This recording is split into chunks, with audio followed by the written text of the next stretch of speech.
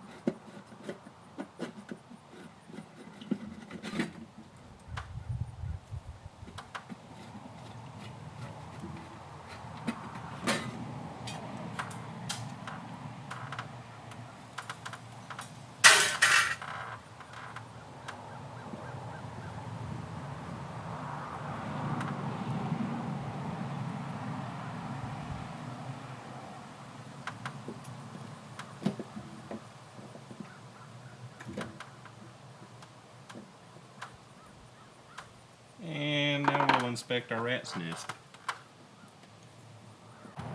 This is most likely an original 1951 install, and it is not done properly, so what we're going to have to do now is drill a hole here, install this old work box here, run our wires into this box, mount this, replace these connections, clean up the wires, and then we can mount our new light to the box and run our wires through, hook everything up, and finish the install.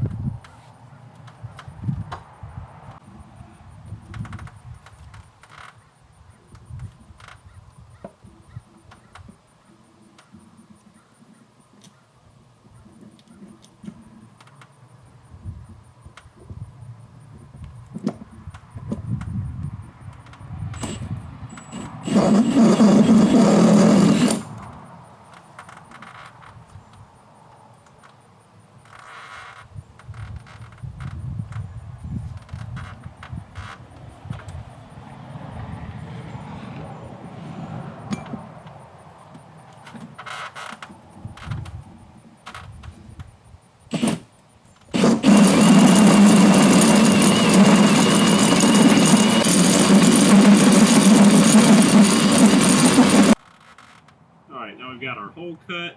We'll pull this down and get a better look at what's going on in here. Note before you start drilling, especially near wires, make sure you turn the power off first at the breakers, not just the switch. So it looks like we've got 3 sets of wires coming in, and they're all bundled up together right here. So what I'm probably going to do is fish these through a little more and cut these ends off. That way we can unjumble this nest of wires and see what goes where and what we got going on.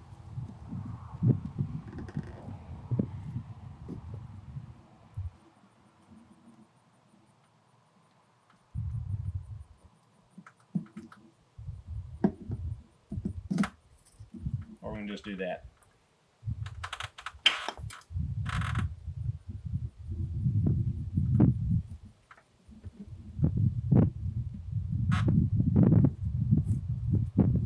Okay, so we got one bundle here, one bundle here, and one bundle here. And we got these 3 legs tied together. And we got these 2 legs tied together. And this makes our, being that this is a 2-wire, original 2-wire 1951 wiring, we do not have 3 wires like modern wiring. We don't have a ground. So we have the black wire should be the power wire, and this tan, creamy, dirty looking wire should be our return.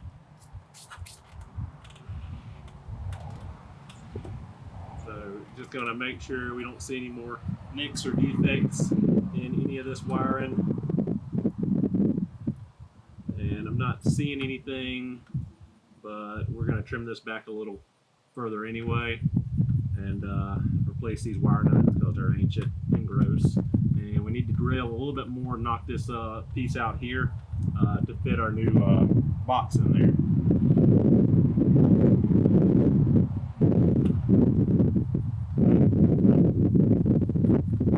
Looks like we've snagged the problem here because we've got, looks like we got the roof coming through here. That's not great.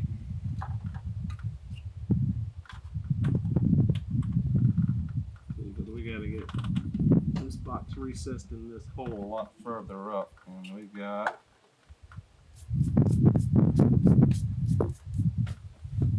great. So what we're probably going to do is shift this light over, which I don't want to do because this is the exact center point of the door and will look the best. But the issue we have now is we've got this rafter coming down from the roof, and they had drilled into it already to hang the original light. And like you saw, of course, they had no box, which you can't just run bare wires through the wood into a fixture. It needs to be in a junction box. So figure out what I'm gonna do here now that we got this conundrum. I would shift the hole over slightly to miss the that rafter, but I don't know if that's gonna be covered by the fixture. So let's take a look at that and see if that'll be feasible. Okay, so I've moved over and drilled the second hole where we have clearance around these the rafter here. So now we can focus on routing our wires. Securing the box permanently is just in here for checking clearances. Now we're going to put our light up here just to see, and we're just barely going to cover the outside of that other hole. So all we got to do is come in with some paint. And just so you know, this is a temporary install. I plan on adding a porch instead of just this little stoop here. So this is only going to be for a short time. Once they get the porch, I'll probably have about 3 of these running the length down the center of the porch. So we won't have to worry about this piece here and all the rot that's at the corner over there. So just so you know, it's just a temporary install. So I'm going to pull out our box now. Pull our wires through, knock our punch outs through, run our wires into our box, mount the box up, clean the wires up, fresh wire nuts, and get ready to install this light permanently, temporarily permanently, until we, of course, decide to install the porch and move the lighting situation again. All right, so that took a little longer than anticipated. The wires, the 2 wires here, there's 3 wires running into this junction box now. 2 of these wires were cut extremely short. There was no slack left in the roof when the house was wired. So I had to go a trip in the attic and give myself a little more slack. I didn't have, even with that, I didn't have much to work with, but I was able to get enough in here to make it work. We secured our old work junction box. You just turn the screws. There's little wings that flip out and lock it against the back side of the wood here. You might be able to see that little wing as I'm turning the screw, it's popping out. This one won't be used. Two should be plenty to hold it though, the way the hole is. So I've got new wing nuts in here. All of our wires are attached back the way they were. So all we got to do now is hook our power and neutral to our power and return here with some wing nuts. Our ground wire will be left disconnected because this is a 2-wire system. We don't have any ground. Once we get these wired in, we will then use these holes and the screws provided to attach our fixture to the new junction box, and then we can turn the power back on, test it, make sure everything's working correctly, and pop the cover on and be done with this project. So that's what we're going to do now, is attach our wiring to the fixture using some wing nuts, the wiring nuts.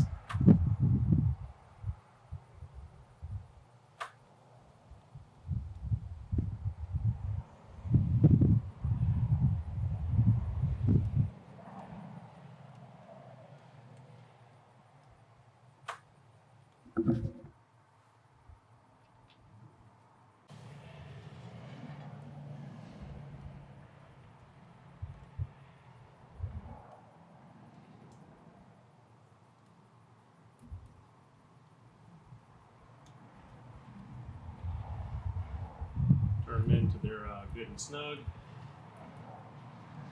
sure our wires aren't going to pull back out. Now we're just going to tuck our wires up into the box.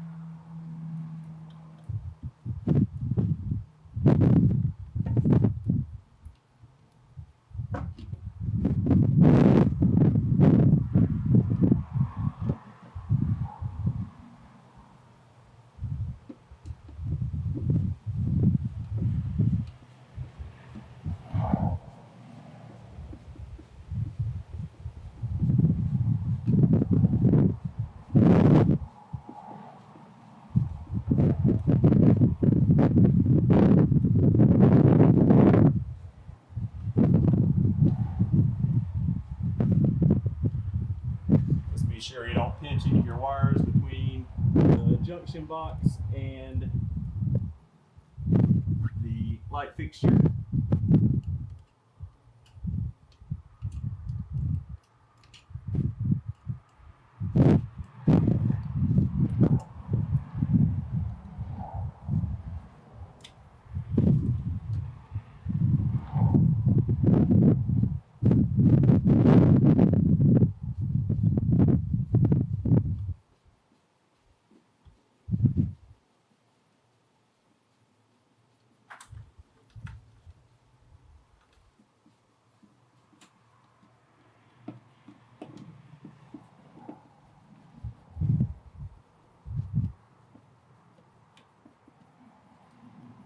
Fixture is good and tight. No need to over tighten and bend the fixture or crack the box.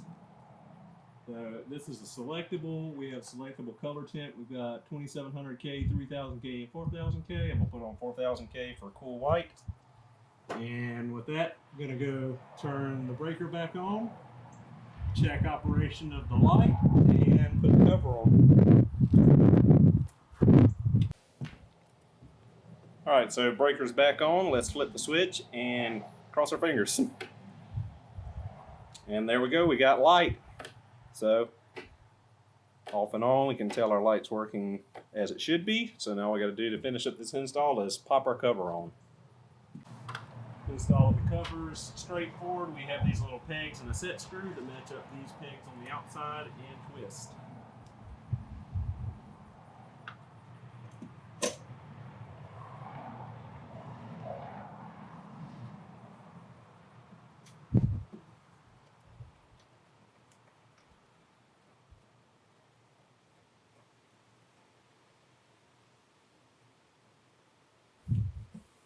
And there we go, all finished up. One more shot of it on with the cover on, and that's a wrap.